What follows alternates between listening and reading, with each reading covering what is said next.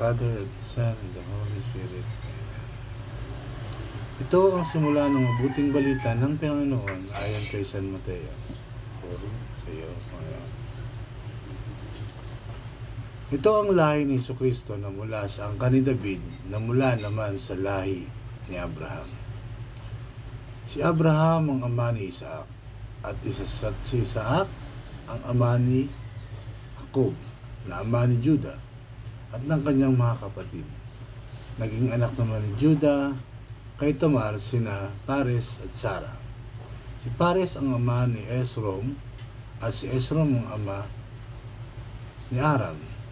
Si Aram ang ama ni Aminadab, at si Aminadab ang ama ni Naason, na ama naman ni Salmon, na naging anak ni Salmon kay Rehab si Boaz, at naging anak naman ni Boaz kay Ruth si Obed.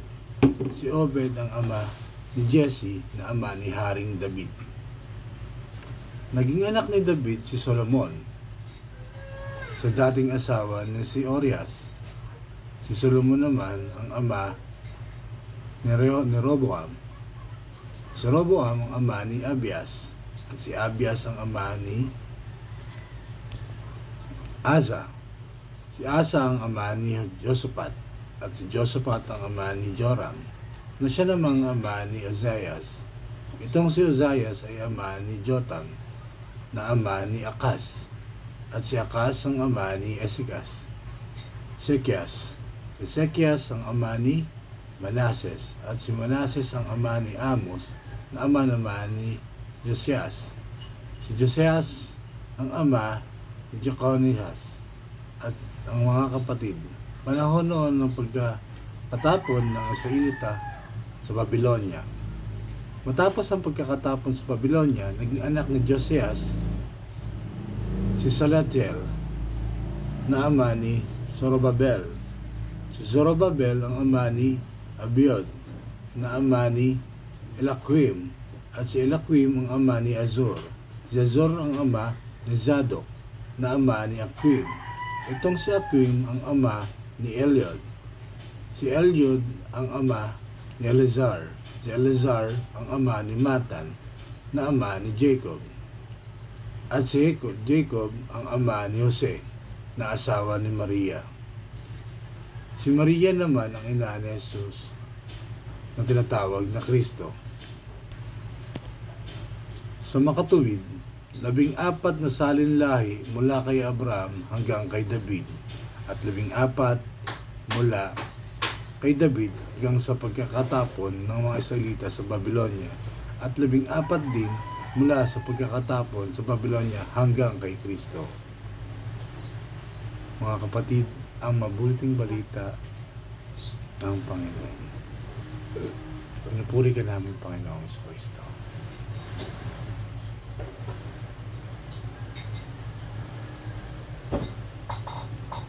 Good morning mga kapatid, at ngayon ay December 17, araw ng Miyerkules, at konting tulog na lang po at Pasko na.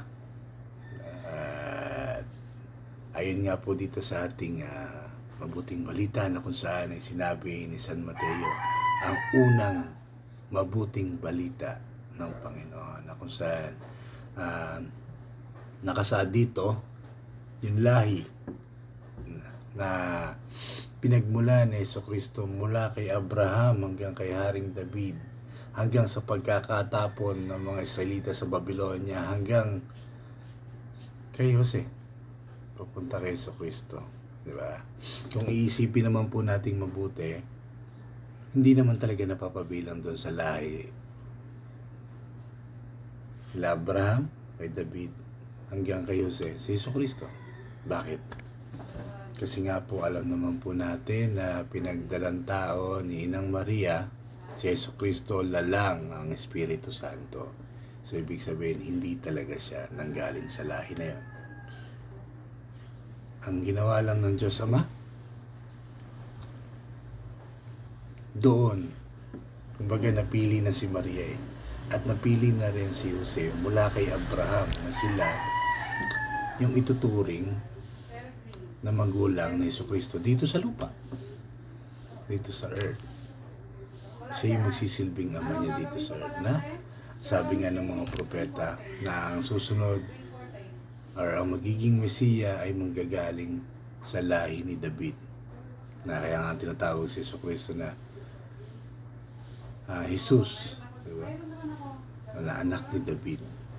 Yun ang tawag sa kanya kasi ayun yung mga sinabi ng mga prophets na kung saan alam na mga tao nung panahon na yon, kaya tinatawag siyang Mesiyas. Ano kung isipin natin, napakagaling talaga, diba? I mean, nakahanda na, diba? Mula pa lang kay Abraham, nakasaad na kung ano yung mangyayari, na kung saan si Jesucristo ay darating. At si Maria din, napili na rin siya mula pagkabata pa lang kung paano siya. Titingnan niyo yung buhay ng Maria, siya na rin yung napili. Ito yung katunayan na kung saan kahit tayo sa panahon natin ngayon, hindi man natin alam yung mga inaharap natin o yung mga darating pa sa atin, pero nakatakda na yan. Tinakda na yan ng Ama, na kung saan tayo na lang yung gagawa ng paraan kung paano natin papatakbuhin yung buhay natin. Although binigyan tayo ng free will, diba? Kung saan nga nasa atin kung ano yung pwede natin gawin sa buhay natin, kung magpakasama tayo, magpakabuti. It's our choice, hindi ayun yung ginawa ng ating Panginoon. Pero sabi ko nga kahapon, bago ko tinapos yung video ko, na kung saan nilikha tayo para makasama siya. Totoo po yan. Napakasarap isipin lang na kahit anong sitwasyon, minahal niya tayo. Sobra-sobra talaga pagmamahal na ating Diyos, Ama, sa kanyang anak. Kung papansinin niyo po, kung titingin kayo sa salamin, kung saan nakikita natin yung mula ulo hanggang paa natin, may buhok, may kilay, may mata, may ilong, may bibig, may tenga, na kung saan nilikha niya tayo ng kawangis ng ating Panginoon. Doon pa lang, di ba? Malalaman natin at masasabi na natin sa sarili natin na sobra yung pagmamahal na niya. Dahil masigit tayong mas mahal ng Panginoon kaysa sa lahat ng kanyang nilikha. Na kung saan yung katawan nga natin ng templo ng Diyos. Nasabi ko na to ng mga nakaraan sa mga video ko, diba? So ikaw yung magsisilbi, ikaw yung gagawa ng paraan kung paano magiging templo ng Diyos. Yung katawan mo, kung sisurain mo ba to o papanatilihin mong templo to ng ating Diyos, na kung saan mananahan sa atin ng Espiritu Santo at matatawag niya tayong anak, at magkakaroon tayo ng karapatan na tawag na siyang Ama, ang Ama ng Diyos. Diba ba? Napakasarap isipin na meron na tayo nakahandang tahanan doon sa langit. Kung tayo lang ay susunod, magbabalik loob sa Kanya at susundin ang mga utos, na kung saan sa pamamagitan ng Kanyang bugtong na anak, Jesucristo, na dahil sa Kanya tayo maliligtas. In Jesus' name, akit tayo sa langit. At hanggang dito na lang po yung video natin para sa araw na to, at abangan niyo po ako bukas ulit. Hanggang Pasko na to. So, maraming salamat mga kapatid, de Colores. Bye.